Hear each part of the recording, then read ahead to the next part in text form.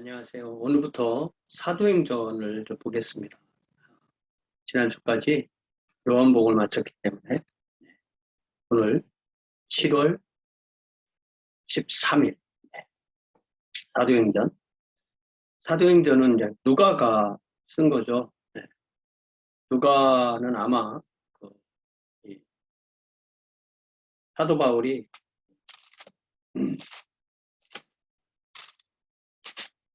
사도행전에 보면은 감옥 생활을 하는 이야기가 로마 감옥 말고 사도행전 22장, 3장부터 이제 감옥에 가이사랴 감옥에 이렇게 갇히게 되는데 그때가 한 2, 3년 기간 되기 때문에 그때 누가복음을 쓰고 또 사도행전을 쓰면서 로마로 유배에 갈 때까지 로마로 갈 때까지 사도행전을 쓴 걸로 그렇게 이해를 할 수가 있습니다. 그래서 데오빌로여, 이 데오빌로라는 것을 이제 그리스어로 세우스가 하나님이고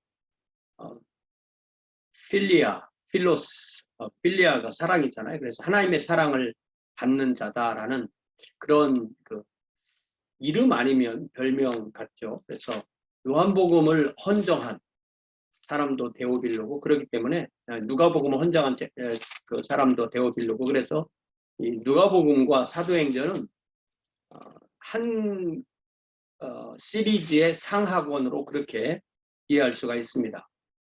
자, 여기 누가복음 1장에 보니까 우리 중에 이루어진 사실에 대하여 처음부터 목격자와 말씀에 일꾼된 자들이 전하여 준 그대로 내력을 저술하려고 붓을 든 사람이 많은지라. 특별히 이제 사도들 그리고 우리 주님이 부탁하신 말씀을 전한 사람들. 그래서 아이위트네시스 또 ministers of the word 이런 사람들이 그것을 말로 하다가 이제는 글로 남긴다는 거죠. 그래서 그 모든 일을 근원부터 자세히 미루어 살핀 나도 이 누가는 성경 66권의 저자 중에서 유일한 이방인이죠. 그리스 사람입니다. 그래서 누가복음과 사도행전을 읽어보면 상당히 자세하고 정확한 그런 소설을 하려고 노력한 것을 많이 볼 수가 있습니다. 살핀 나도 데오빌로 각하에게 차례대로 써보내는 것이 좋은 줄 알았노니 이는 각하가 알고 있는 바를 더 확실하게 하려 함이라. 지금까지 들어서 아는 것.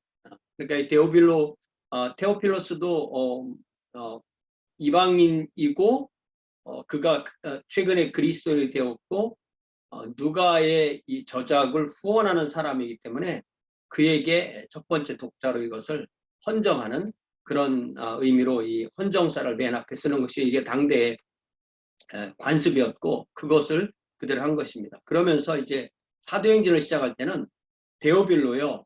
내가 먼저 쓴 글에는 그러니까 누가복음에는 무릇 예수께서 행하시며 가르치시기를 시작하신부터 예수님의 침례 요한의 잉태와 탄생, 예수님의 잉태와 탄생, 그리고 예수님의 공생의 시작 이런 이야기가 부터 시작되잖아요. 누가복음에 그가 택하신 사도들에게 성령으로 명하시고 승천하신 날까지의 일을 기록하였느라. 그래서 누가복음의 마지막에 보면은 누가복음의 마지막 24장에 보면은 사도행전과 이렇게 좀 맞물리는 걸 볼 수가 있습니다. 누가복음 24장 마지막에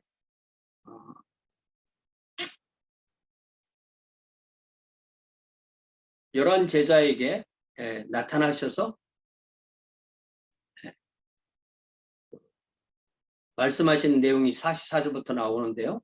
또 이르시되 내가 너희와 함께 있을 때 너희에게 말한 바 곧 모세율법과 선지자의 글과 시편에 나를 가리켜 기록된 모든 것이 이루어져야 하리라 한 말이 이것이라. 그러니까 예수님의 십자가와 장사와 부활 승천 그 모든 것이 구약성경 즉 모세율법, 선지자의 글, 시편, 모세의 글,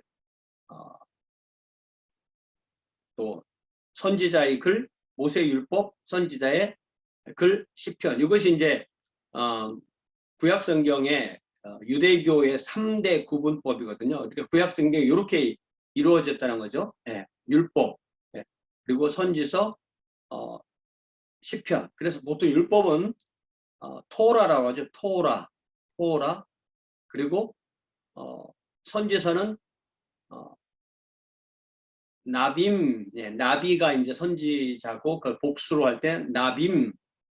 그리고 시편이라고 말하지만 보통 이제 케투빔, 그래서 성문서라고 그래요. 케투빔. 그래서 토라, 나빔, 케투빔 이걸 섞어서 타나크.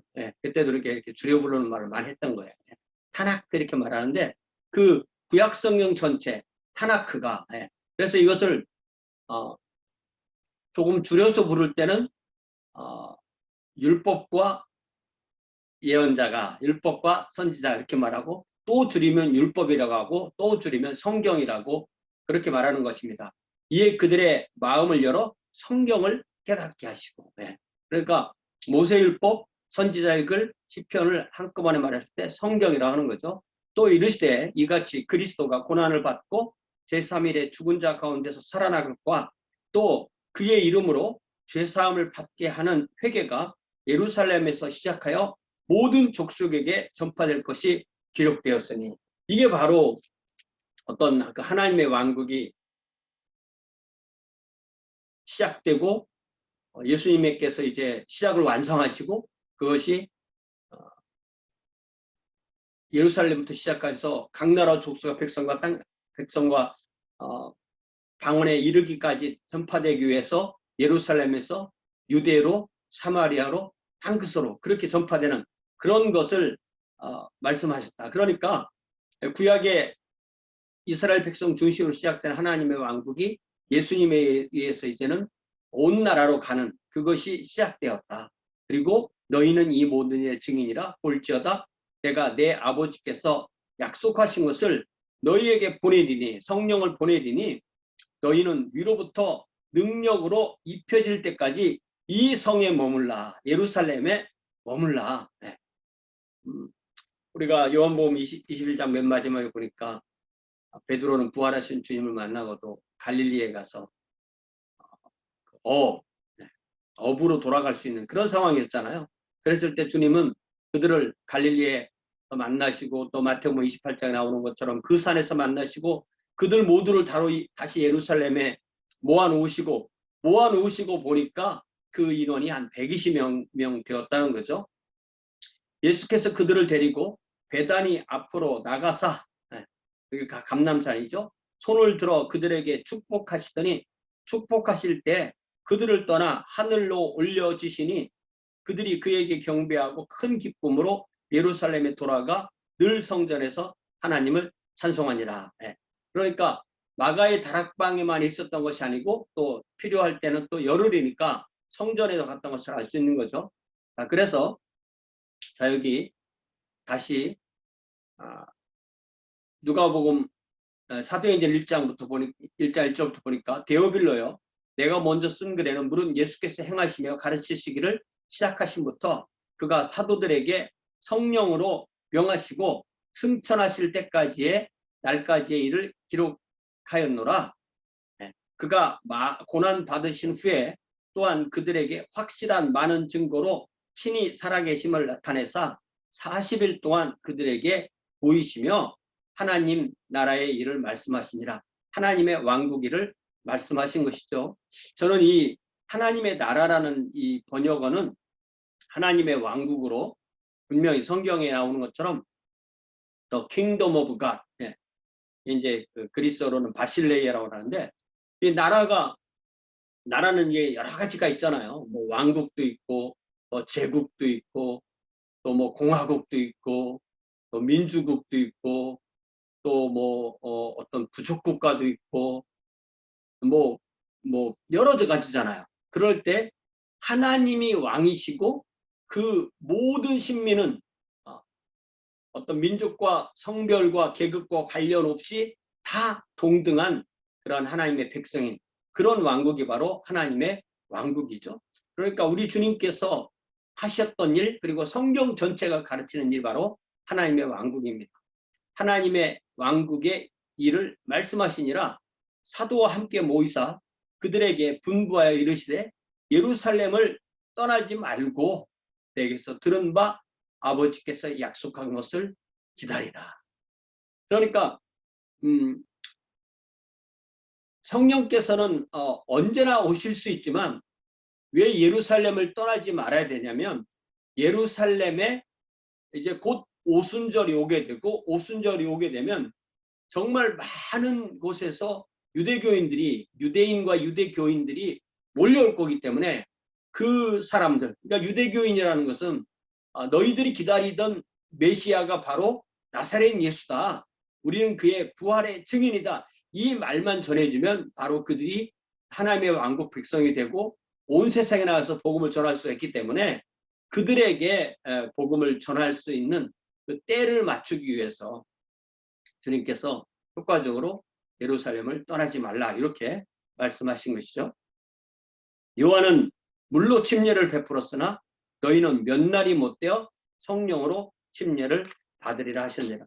이 예수님의 이 사역 초기에 요한과 예수님을 이제 비교하는 그런 이야기가 복음서마다 꼭 다 나오게 되는데, 복음서에서 왜 요한은 물 침례, 주님은 성령 침례, 이렇게 말씀하셨나, 이것을 잘 보면요, 이것이 우리 주님의 사역을 말씀하시는 가장 핵심이라는 것을 알 수가 있어요.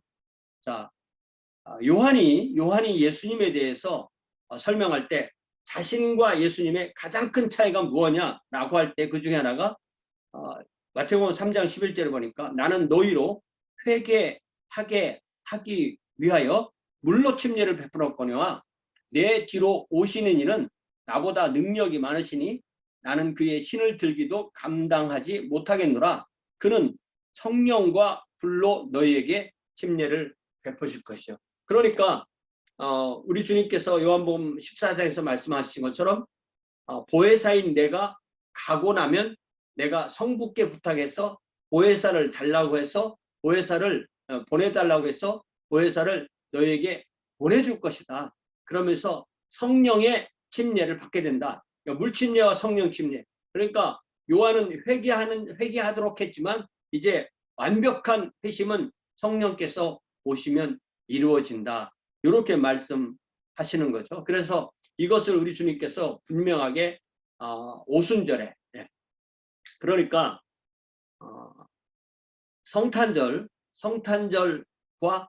똑같은 의미로 소중한 날이 바로 성령 강림절이 되어야 하는 것입니다. 우리가 보통 부활절에서 약 한 50일이 넘으면 성령 강림이니까 보통 5월 말 6월 초 이렇게 되겠죠. 자, 그들이 모였을 때 예수께 여쭈어 이르되 주께서 이스라엘 나라를 회복하심이 이때니까. 그러니까 참 재미있는 것은 예수님은 계속 하나님의 왕국 이야기를 하는데 이 제자들은 계속 이스라엘 왕국 얘기를 끝까지 놓치지 않는 거예요. 그러니까 이스라엘 왕국이 이게 잘못된 게 아닙니다. 예를 들자면 우리가 일제시대 때 한국의 독립 이것이 모든 그리스도인의 소망이었던 것처럼 이스라엘도 이스라엘 왕국의 회복이 소망이죠. 그러나 그 이스라엘 왕국의 회복은 하나님의 왕국의 이 설립과 확장보다 하위 개념인 거예요. 우리가 그걸 잊으면 이 주객이 바뀌게 되는 것을 경험하게 됩니다. 그러니까 우리 주님께서 뭐라고 답하시냐면 이르시되 때와 시기는 아버지께서 자기의 권한에 두셨으니 너희가 알 바가 아니요. 너희는 이스라엘 왕국의 회복에 대해서는 그렇게 많이 알려가지 말아라. 아버지께서 알아서 하실 거다. 네. 이스라엘이 실제로 독립한 것은 그거보다 이때보다 거의 2000년 가까이 넘어서 독립하게 되는 거잖아요. 네. 때와 시기, 우리는 다 이 때와 시기에 관심이 많습니다. 언제 그게 됩니까? 그러나 그것은 아버지께 맡겨라. 그럼 너희들이 지금 할 거 뭐냐? 지금 할 것은 바로 성령님의 능력으로 복음의 증인으로 살라 이거죠.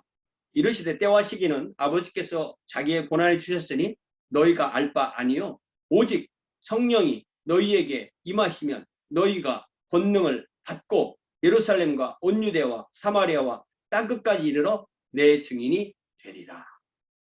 네, 그러니까 우리는 성령이 오시면 성령의 증인이 아니라 성령이 오시면 여호와의 증인이 아니라 성령이 오시면 그리스도의 증인이 되는 거죠. 네. 그리스도의 증인이 되는 것, 이게 바로 그리스도인이라는 뜻이죠. 네. 그래서 우리 주님께서 갈릴리의 그 산에서 말씀하실 때도 예수께서 나와 말씀하여 이르시되 하늘과 땅의 모든 권세를 내게 주셨으니 그러므로 너희는 가서 모든 민족을 제자로 삼아 아버지와 아들과 성령의 이름으로 침례를 베풀고, 이게 바로 그리스도의 증인으로서의 이 복음을 전하는 방식인 거죠. 또 이 마가복음이 끝날 때에도 우리 주님께서는 분명하게 어떻게 전하라고 하셨느냐면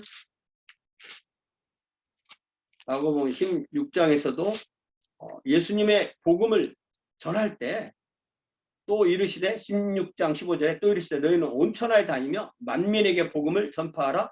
믿고 침례를 받는 사람은 구원을 얻을 것이요 믿지 않는 사람은 정죄를 받으리라. 이렇게 분명하게 말씀하시는 거죠. 그러니까 그리스도의 증인이 된다는 것은 복음을 전하는 거고 복음의 삶을 사는 것을 의미합니다. 이 말씀을 마치시고 그들이 보는데 올려져 가시니, 그들의 육신의 눈으로 볼 때 승천하시고 구름이 그를 가리어 보이지 않게 하더라. 그러니까 구름을 타고 올라갔다는 게 아니에요. 그냥 승천하시고 어센션이라고 하죠. 승천하시고 어느 순간에 구름을 통과했기 때문에 그 뒤로부터 보이지 않았다 이겁니다. 올라가실 때 제자들이 자세히 하늘을 쳐다보고 있는데 흰옷 입은 두 사람이 그들 곁에 서서, 천사죠, 이르되 갈릴리 사람들아 어찌하여 서서 하늘을 쳐다보느냐. 그러니까 예수님의 제자의 상당수, 메조리티는 이 갈릴리 출신 사람들인 것입니다. 너희 가운데서 하늘로 올려지신 이 예수는 하늘로 가심을 본 그대로 오시리라. 그러니까 승천하신 예수님은 다시 오신다. 다시 오실 때가 바로 모든 사람이 부활할 때고 모든 사람이 심판받을 때고, 그리하여 새하늘과 새 땅으로 갈 사람과 불과 유한할 때가 이렇게 구별되는 그때인 거죠. 그래서 이 예수님의 십자가와 장사와 부활과 승천이 바로 하나님의 사랑이 우리에게 나타난 건데요. 우리가 여기 성경에서 하나만 더 본다면 이게 바로 요한복음 2장을 우리가 에베소서 2장을 여기서 연결해서 봐야 됩니다. 에베소서 2장에 보니까 허물과 죄로 너희는 죽어 있었다 이렇게 돼 있었죠. 그래서 우리는 그때는 이 허물과 죄 가운데서 행하여 이 세상 풍조를 따랐고 공중의 권세 잡은 자를 따랐고 불순종의 아들들 가운데서 역사하는 영을 따랐고 또 그 가운데서 육체의 욕심을 따랐고 육체와 마음에 원하는 것을 하였고 그래서 다른 이들 같이 본질상 진노의 자녀이었다. 이게 1절부터 3절까지가 우리의 과거죠.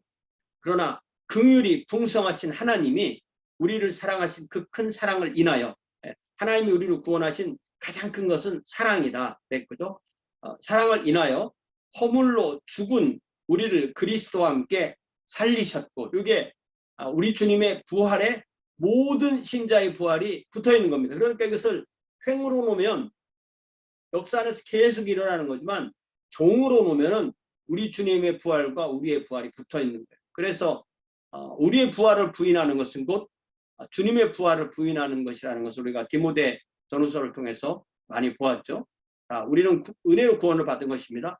자, 그다음에 또 함께 일으키사, 이게 우리 주님께서 승천하실 때 우리도 승천했다는 말이죠. 그 다음에 그리스도 예수 안에서 함께 하늘에 앉히시니, 그러니까 우리 주님께서 하나님의 보좌 우편에 앉아 계실 때 스데반은 이 땅에 있는 것 같지만 그것은 이 땅의 역사 안에서 그렇게 일어나는 것이고 실제로는 모든 성도는 주님과 함께 앉아 있다. 이것이 바로 요한계시록 20장에 나오는 우리가 주님의 보좌 옆에 앉은 수많은 보좌에 앉아 있는 신자들의 영이다. 그러니까 우리의 영은 하나님의 보좌 우편에 앉아 있다는 거죠. 그래서 예수님의 죽으심과 장사와 부활과 승천과 승귀, 보좌에 앉으심이 우리 모든 성도에게 그대로 일어난 것임을 믿는 것, 이것이 바로 기독교 신앙의 핵심이 되는 것입니다. 그러니까 우리는 영적으로 보면 하늘에 앉아 있는 거고요. 또 역사적으로 보면 우리는 이 땅에 있지만 그러나 우리의 이 두 신분을, 영적 신분과 이 땅의 신분을 우리가 동시에 보는 것이 바로 우리 신앙의 핵심이 되는 것입니다. 그것이 바로 갈라디아서 2장 20절이잖아요. 네. 갈라디아서 2장 20절 읽고 기도하겠습니다. 내가 그리스도와 함께 십자가에 못 박혔나니. 그렇잖아요. 네. 그리스도 함께 십자가에 못 박혔다고 그랬지. 우리 주님은 2000년 전에 못 박히시고 나는 지금 못 박혔다. 이게 아니라는 거죠. 이렇게 볼 것을 이렇게 보고 이것을 하나로 보는, 이게 바로 함께라는 단어입니다. 내가 그리스도와 함께 십자가에 못 박혔나니 그런즉 이제는 내가 사는 것이 아니요 오직 내 안에 그리스도께서 사시는 것이라. 부활하신 주님 생명으로 산다는 뜻이죠. 이제 내가 육체 가운데 사는, 그럼에도 내가 이 세상에서 육체 가운데 사는 것은 이제부터 나를 사랑하사 나를 위하여 자기 자신을 버리신 하나님의 아들을 믿는 믿음으로 사는 것이다. 어떻게 살아요? 하나님의 아들, 나를 사랑하사 자기 몸을 버리신 하나님의 아들 나의 주 예수 그리스도를 믿는 믿음으로 하루하루 삽니다. 이것이 바로 우리 이 땅에서의 삶인 줄 믿습니다. 앞으로 우리가 사도행전 나누는 동안 하나님께서 우리에게 큰 역사로 함께 하심을 믿습니다. 사랑의 아버지 하나님, 성자께서 그 사역을 다 마치시고 승천하시고 성령께서 오심을 기다리는 그 순간에도 제자들은 이스라엘의 왕국을 여쭈었습니다. 주님, 우리의 관심사가 될 듯한 것은 너의 일이 아니라고 하셨고 우리의 관심사에서 멀어지는 것에 우리의 관심을 쏟으라 하셨사오매 주님, 우리가 하고 싶은 것을 하는 것이 아니라 주님께서 우리에게 맡기신 일을 할 수 있는 귀한 주의 자녀들로 복 내려 주시옵소서. 하나님의 왕국 중심으로 예수 그리스도의 증인으로 살 수 있는 우리 모두가 될 수 있도록 인도하여 주옵소서. 예수님의 이름으로 기도하옵나이다. 아멘. 네, 고맙습니다. 주일에 뵙겠습니다.